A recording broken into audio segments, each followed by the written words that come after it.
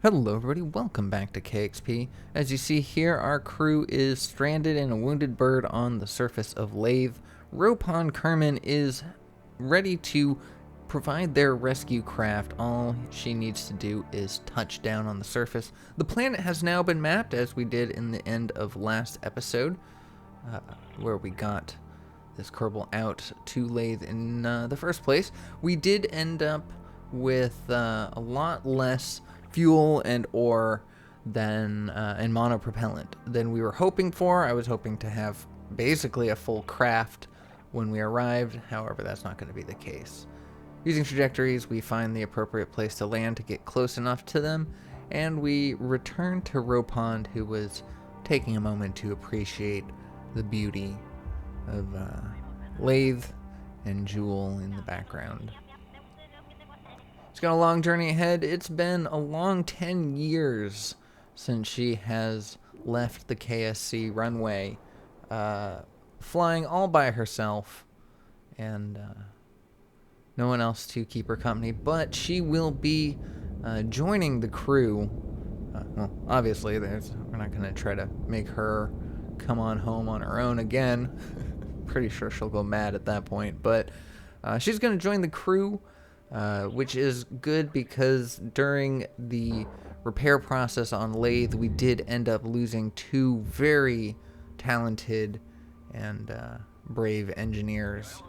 Unfortunately, this will bring us into more pilots. I should have brought another engineer along on this mission. I think that would have been a wise move, but we did rush because, after all, it was supposed to be a rescue, but crew on Lathe has been down there for a long enough time that we might as well just get them up and going. So we're gonna have two pass-throughs in the atmosphere before we can land. We don't want to risk destroying ourselves too much. We do have a few cheats turned on as far as temperatures and crash damage. However, we also have mods that add overheating and damage to parts, so we did limit some of our difficulty, but still left on quite a bit. And those damaged parts are why we had to send out this replacement ship in the first place, because our previous craft was just banged up way too much upon re-entry. So we're gonna need to take it a little bit easier, come in at a lower altitude, not spend so much time burning up, and try not to crash land as much as we did the first time. So, coming around the dark side, thankfully our Kerbals are on the light side of the planet, which will make getting to them a whole lot easier. And this plane has already proven that it flies well enough in Lathe's atmosphere, but the replacement plane has a pair of canards on the front of it, which will make it much more stable. So I'm looking forward to flying this in a better light. We are just kind of tumbling. We don't have a lot of control over this, but every time we point the flat side of our craft, it slows us down a little bit more. However, we did account for that in our trajectory. However, we're kicking on our engine just a little bit because I realized that we weren't as low as we wanted to be. We probably should have come in there completely flat, but nonetheless, we will plot in another maneuver to kind of bring us a little bit more in tune with where we want to be. We can go ahead and time warp. Thankfully, we have remote tech to handle it. We can just let it take over. We do have the liquid fuel to allow remote tech to work instead of having to rely on the black hole engine for such precision. However, we have next to no delta V left in our liquid fuel, so we have to be very conservative with our burns and make sure that we don't leave ourselves stuck or in a situation where we can't fly. Because I've only flown with all of my air-breathing engines going. If we don't have liquid fuel, it won't power. Our ELU engines can power on just the air alone, but If we don't have enough liquid fuel to fly, then this is no longer a plane. I've really been curious about those volcanic clouds. I think they're volcanic activity, but I'm very curious about that. So even though it's not on the itinerary of things we need to check out before heading out, primarily we just need to plant a flag and check out any anomalies, but I think I want to visit those volcanoes. We're going to try to do that at some point. Very interesting. But anyways, we are now coming a little bit closer to our target, only 300 and so kilometers away from it. However, we are going to have to come in a lot closer than we had expected or hoped for due to how much atmospheric drag we ended up producing. But there we go. We have gotten through the thick of the atmosphere and we're now on our way. I am going to attempt to aerobrake myself using my engines, and I really want to just try to flip myself around, point myself retrograde, and start building up my momentum to start flying forward. However, in doing that, I try to use my engines and my monopropellant to control myself. But I realize in hindsight, what I should have done was just kept the engines off entirely and allowed my plane to glide in, really, backwards, because it was stable enough. I was having control as I was coming in, and I could have just let it come in and kind of arch its way up, slow down its speed, stall a little bit, and then I could have come in with a little bit more control than what I did here. Unfortunately, did not learn that lesson until much later, and actually after the fact when I couldn't even control anything. However, I will be able to translate that lesson over in the POV crowd because they still have the opportunity to learn from it. And with that, we are once again on the surface of Laythe, once again upside down. This plane just loves being belly up. But Ropond Kerman is alive. Like I mentioned before, we do have the unbreakable joints cheat on here. However, if you do come in too fast, you still will explode. You still need to relegate your speed and make sure that you're not coming in at a ridiculous amount. So, like I mentioned before, some challenges are negated, but other challenges still arise, and there are many, many ways that this mission can go sideways. But speaking of going sideways, we get ourselves a little bit airborne and roll, so that way we can fly upright once again. And I'm pretty happy to see that it is stable with those canards. It actually has a bit of control. However, we don't have a lot of liquid fuel left, so we're going to try to conserve it as best as possible. And given the fact that we do have our little hover engines, we can just go ahead and act as a hovercraft on the liquid surface and just kind of push our way forward. The aero braking I was hoping would work a little bit better, especially considering how many I put on this craft, but it did take forever to slow down. And that is significant because we are running out of electric charge, and at that point our hover engines will stop, plunging us into the water.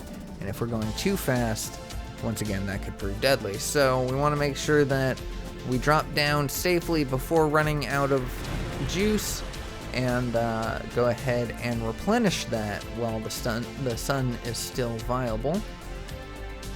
And then we're going to keep going on our journey. We are still several hundred kilometers away, so it's going to be a situation. I forgot, actually, that time when I went to sit down, that was to quick save. And then I went to continue the journey, and that's when I realized the electric charge was not going to be sufficient. So we're going to go ahead and time warp our way to keep everything stable, let the sun go.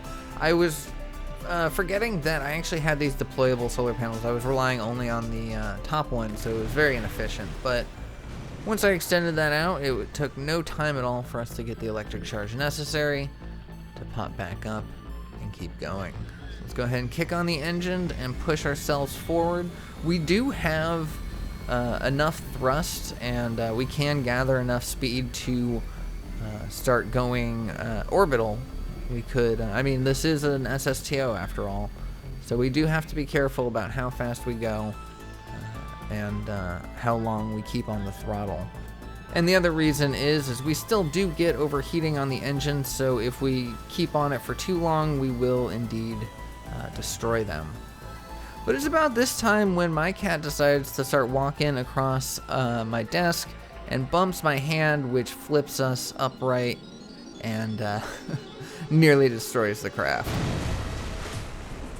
And as you see there, the little highlighted markers, that little orangish, pinkish color on the engines and on the cargo bay is indication of significant damage to the craft. I am going to need to get our engineers out there basically immediately to go start fixing those things before we can really trust this thing to get orbital yet again, to continue on our journey. Because this is only our first landing. This was the first journey. We did go through Jool's atmosphere a little bit, so kinda a little bit of a milestone, but honestly this is the first thing that we landed on. We still have 4 other moons to visit before we can consider Jool conquered. And so we need to make sure that our craft is in tip-top shape. If we start losing health now, it's only going to make things worse. And speaking of which, I should have been paying attention to how much electric charge, like you are, because I was unaware when I suddenly plunged into the water. Thankfully, not enough to explode. However, just adding to the damage that we're going to have to repair eventually. So I bring up about half of my electric charge because I really just want to get there as fast as possible. I feel like we're close, and it's not going to take too long as we can just keep up the momentum that we've had. So now we are less than 45 kilometers away. It's only going to take us a couple minutes to get there, but we are trying to push forward because every time we kill our engines, the time to arrival starts increasing. So we're dealing with the problem of always having the journey, having the distance to our destination. So we're going to just go ahead and let it cruise. Our engines are overheating yet again, so we're going to just let the craft cruise forward. And that's when we gain eyes on our target. We are now within physics distance of the crew. However, we are going considerably fast and headed directly for our target. So Ropond begs them for forgiveness when she does this. Yet again, adding some damage to Ropond's craft and flipping it upside down, making everything just that much harder. But we are here, everyone. We have successfully rendezvoused on the surface of Lathe. A singular Kerbal made the journey, the 10-year, 282-day journey. Could have been a little bit shorter, you know, but we're not going on a time limit situation here, so it is no bother for our Kerbals. But now she does need to get the craft a lot closer, because in order to transfer the crew, we're going to need them to hop out of one craft and get into the other. And swimming 557 meters to another craft is not pleasant. So she's going to take the time, make the effort, and bring it on in.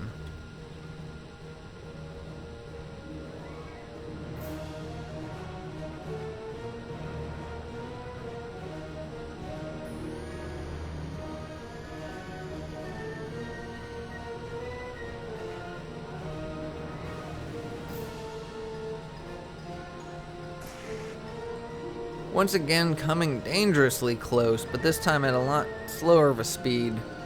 So the crew on board the Spy 1 has no fear of Ropond destroying them with the Spy 2. But still, you know, anytime we bump any part of this craft into something, it's adding small percentages or large percentages of damage. So just be careful, Ropond. Come on.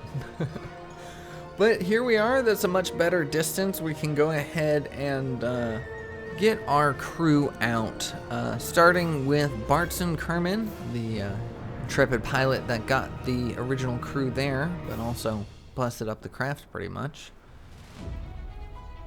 But there he goes. Now he just needs to run across. It does have to avoid the broken cargo bay. That is how the engineers got trapped and stuck and eventually went missing in action. But he's going to go ahead and let the engineer hop out as well. He's going to hang out on top of the space plane and let her be the first to board. Does decide to avoid the cargo bay entirely, being the only surviving engineer left. She does not want to befall the same fate as her co-workers, but nonetheless, the waves are very hard to swim against, and I had forgotten that we actually had some snorkeling gear that would have helped this next part significantly, but there's only 2 entrances to this craft, on the top and on the bottom.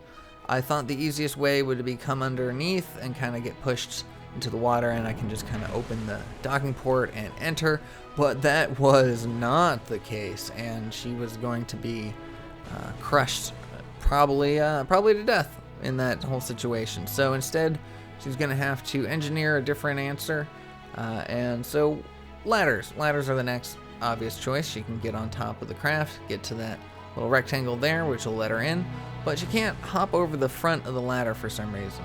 It's just not an opportunity. She can't get onto the other side. So ladders won't be an option. So the next feasible idea in her engineering mind is to go to the front, since that seems to be the lowest spot of the craft. It seems to be tilted that way. Thought that might be the easier way to get up. Unfortunately, she couldn't get a good enough hold. So option 3 is going to be this little canard that seems to be dipping into the water. If she can just practice patience and get her timing right, she'll be able to hoist herself up, and then hopefully she'll be able to reach the upper level from there. So as we're going to get herself into position, slow down time a little bit, and she hits the climb and successfully boards. So now all she needs to do is pull herself up from here. Thankfully, in the rocking up and down of the craft, it gives her a little bit of a boost, allowing her to hoist herself up even further. And before anything else bad happens, she goes ahead and gets herself aboard, safely tucked into the seat. She says thank you to Ropond for her excellent work and her brave journey, and Barton goes ahead and gets himself into position to do the same thing. Unfortunately, he has a much harder time. He keeps lining himself up incorrectly and getting pushed down by the water. Jobert hops on the intercom and tells him not to feel bad. It's not his fault, it requires a lot of hand-eye coordination, and pilots weren't generally known to have a lot of hand-eye coordination, so he shouldn't, expect himself to be good at something like this when it's obviously not in his wheelhouse. Ropond says nothing, but snickers along at her irony. But nonetheless, he takes that as a challenge and focuses a little bit harder, and eventually gets himself lined up in a right enough position that he can hit that climb feature and then get himself up. He tells him that the jokes weren't appreciated, and they of course tell him that it's all in good fun. He goes ahead and gets aboard, but as Joe Brett was in the pilot seat, he's going to go ahead and hop back into the back of the craft. Now, Gregdon is the scientist aboard the craft, and he took a moment and thought about all the challenges that were going to face him in boarding the craft, and decided to learn from their data that they had graciously provided. And he's going to just adjust the thrust limiter to bring the two crafts together to create a bridge.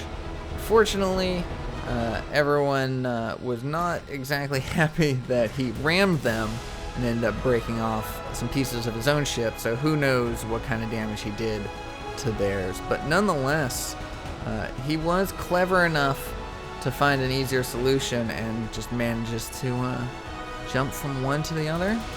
There's a little bit of a climb just to get to the top level, but given the fact that he didn't even have to get his feet wet, he feels like the smarter of the group. Which is good, because we need a smart scientist for this mission. And given Gregdon's ingenuity, we know that he will... he'll be a good enough Kerbal for the job. Maybe not the most coordinated, but certainly thinks outside the box. But now, with all the Kerbals aboard, we are going to have to say goodbye to our previous craft and unfortunately leave it as debris on this planet, polluting the waters with our Kerbin germs. But as we provide ourselves with a little bit more sunlight and wait for night to come, so that way we can approach our target in the morning, we get a nice little snowstorm thanks to Black Rack's volumetric clouds. It adds the weather effects to the clouds, even on celestial bodies like Laythe and Eve. So it's very nice. Anyways, we are going to go ahead and wait out the dusk, get through the night so we can leave in the morning and approach our target in the daylight. And our target now is going to be the anomaly that we discovered in our scanning of the planet. Now, we don't need to be fully in the daylight, we just need to have enough daylight between the anomaly and us that we can stop a couple times and recharge our batteries if needed, but we don't actually have to wait until dawn to leave. Especially since we have our waypoint marker, so we do know approximately the right direction to go. We're not flying completely in the dark. However, it is quite unnerving to see not even a lick of substance around our craft. We could essentially be floating in space right now for all we know. Just absolute darkness around us. And we did scan the surface. We did make maps of everything, but for some reason none of these Kerbals decide to bring them up to make sure that we don't crash into any surface. But that's okay, because Peabody the cat decided to take care of that ourselves and once again caused me to bump the wrong key and flip our craft. However, this time is a lot more concerning because 740 some odd meters into the air is pretty high up, but we are starting to fall very quickly and I have no idea where the ground is until we can hear it. Thankfully, we're still not going fast enough to destroy our back engines, but I am pretty sure that this craft only has limited capacity for any more damage, and we are going to need to fly a lot better and maybe keep our cat off the desk. But nonetheless, we are back in business. We landed upright, thankfully, so we don't have to flip ourselves over yet again. And we start to see a little bit of light on the horizon, a little bit of detail and depth in our vision, and that means that we are approaching sunlight. We do have enough electric charge to keep flying, but we're also going to keep our hovercraft engines on, even though it does bleed electricity a lot more. And that's because we still can't see the surface of the water very clearly, so if we do hit it, we want to make sure we don't hit it hard. More snow, always appreciated. Oh, here is when I noticed that our markers were off on our nav ball, and it was actually being controlled by the probe core on the inside of the service bay, so I needed to switch our control to the cockpit itself to get the accurate view of what our prograde and retrograde is. As you see here, our engines are starting to overheat, so we do push a little bit forward to get closer to the sunlight, but we are going to need to make sure to cool those off.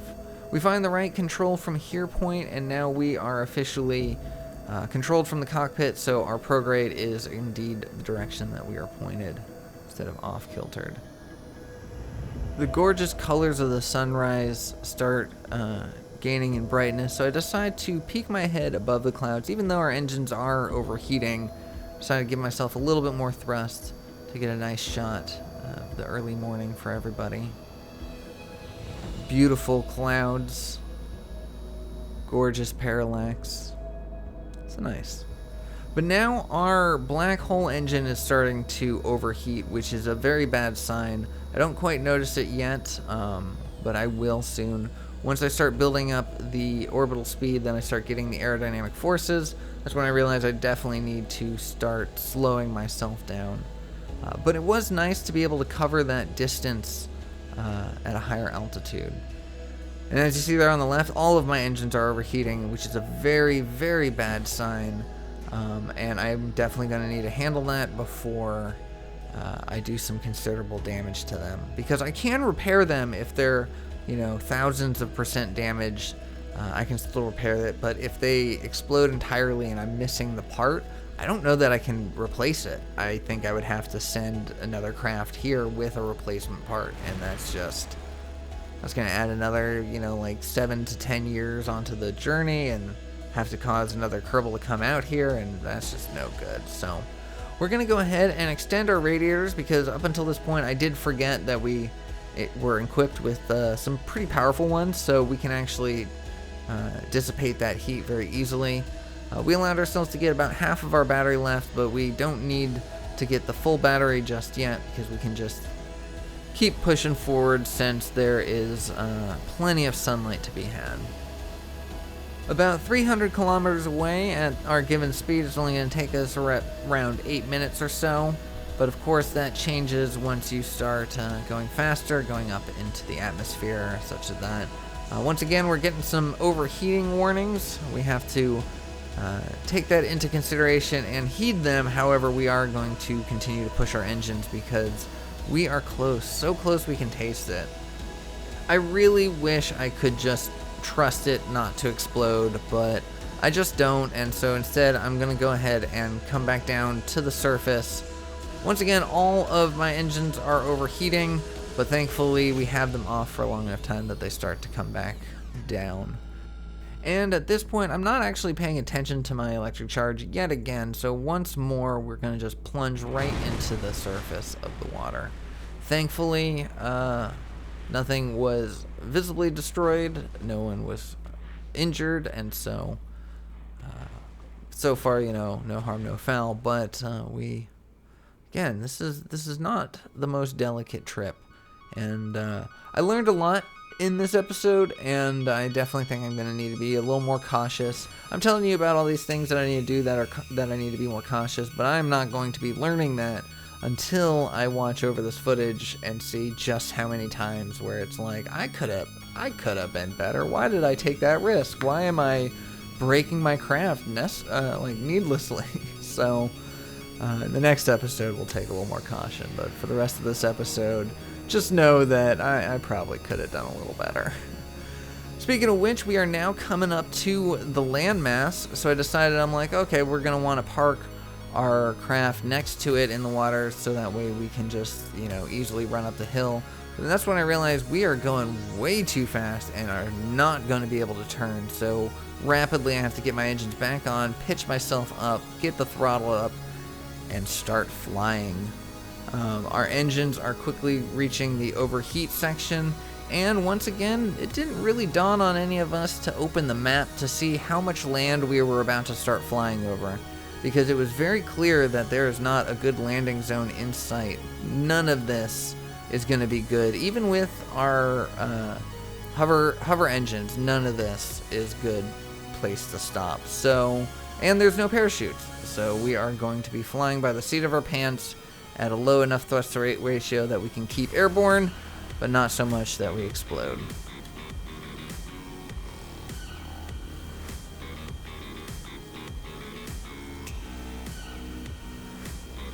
I was hoping we could get some eyes on it, but of course we didn't put our marker exactly where the anomaly was. But thankfully, there is water on the other side of this, which provides an excellent landing zone. So we're going to go ahead and try to land there. But what's the best idea to do when you're in an impact trajectory? Yeah, that's right. Obscure your vision with a giant map. That's the best idea. Thank you, Legion. But we are going 140 meters per second, and this one I can't actually blame on my cat, because I just should have been prepared for that. I should have lifted myself off the surface. Once more, doing more damage to the wings, giving our engineer a lot of work to do before we can lift off again. And belly up. Just always belly up on this thing. But nonetheless, we have come to a stop. We are safe and sound in the water, and we can start making our way back towards land. Thankfully, the anomaly is actually much closer to this side of the shoreline than when we approached our initial spot for where we were going to stop. So it's going to be a much less of a journey for our Kerbal to visit the anomaly. However, that's not to say it's not going to be a journey. But for now, we need to make our way through these ice patches, get ourselves flipped over, thank you very much, get ourselves flipped over the right way, and then head towards land. Obviously, we got to be careful because these patches do have collision, and even though we are hovering, that's not going to keep us from bumping and flipping. So if we're going to bump, we got to do it intentionally and with caution. For now, we're going to just make our way like a little boat and kind of come around this way.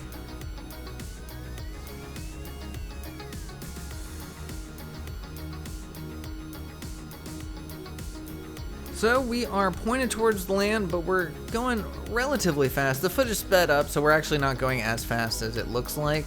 15.5 meters per second isn't terrible. But yet again, we are going to be hitting these ice shelves with a little bit of force. Thankfully, enough force to get us pushed over, but not enough to get us damaged or flipped.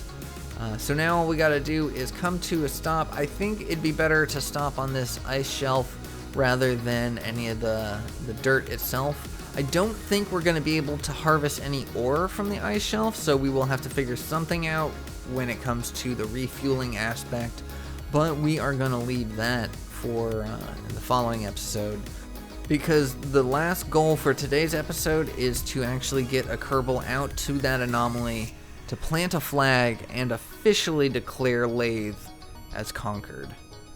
In the last episode of POV, they planted a flag on Gilly, so they have taken the lead in the Janus project by being the first agency to plant a flag on a celestial body, other than the Mun and Mittens.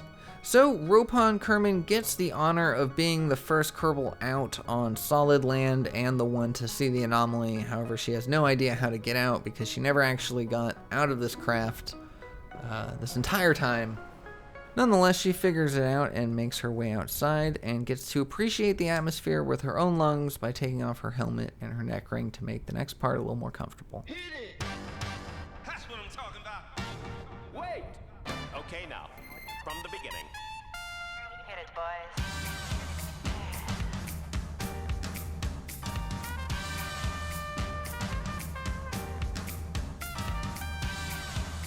What are you talking about?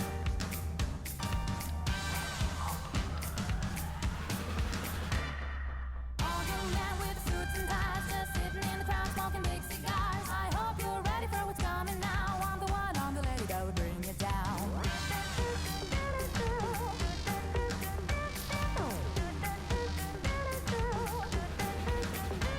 There's a joint on the corner where the big boys play, where the whiskey's running like the rivers, but they all never come. While we go along, we're going to be looking at all the vegetation and beautiful parallax details. Look at that ground. Rock this place, rock this place, rock this place, rock this place.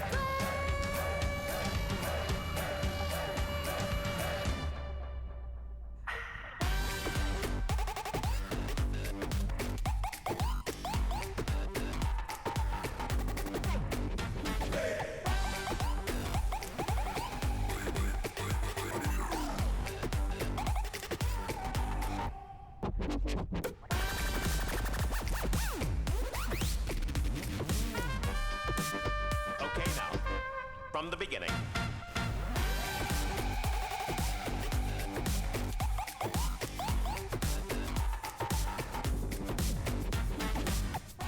I had never been here before. I had actually never been on any planet other than Kerbin, the Mun, and Mittens up until this series, so I'd never seen a geyser like this. This was really cool to discover. Honestly, being able to walk around this planet, or this moon, I should say, was a lot of fun.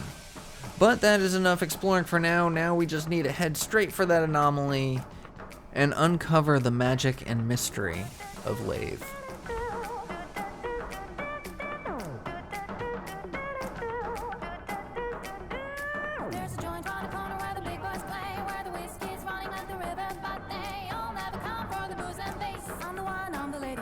rock this place. That'll rock this place. That'll rock this place. Rock this place. Rock this place. Rock this place.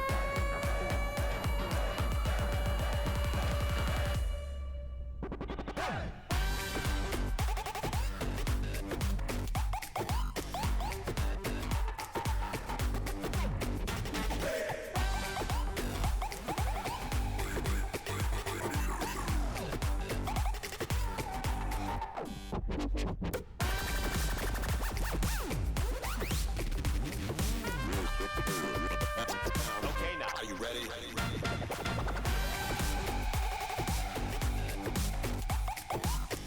And with the planting of that flag, Lathe is now officially conquered, checked off the list of the KXP crowd's Janus project grand tour. But now Ropond has the long walk back downhill to a craft before they can start planning their next move of leaving Lathe. That itself is going to be a challenge, but we will be looking at that in the next one. But anyways, that is where I'm going to leave today's episode. Thank you so much for watching. I hope you enjoyed it. I hope you're looking forward for more Janus Project. If you did think about subscribing, drop me a like, let me know your thoughts, and I will see you on the next one. Take care.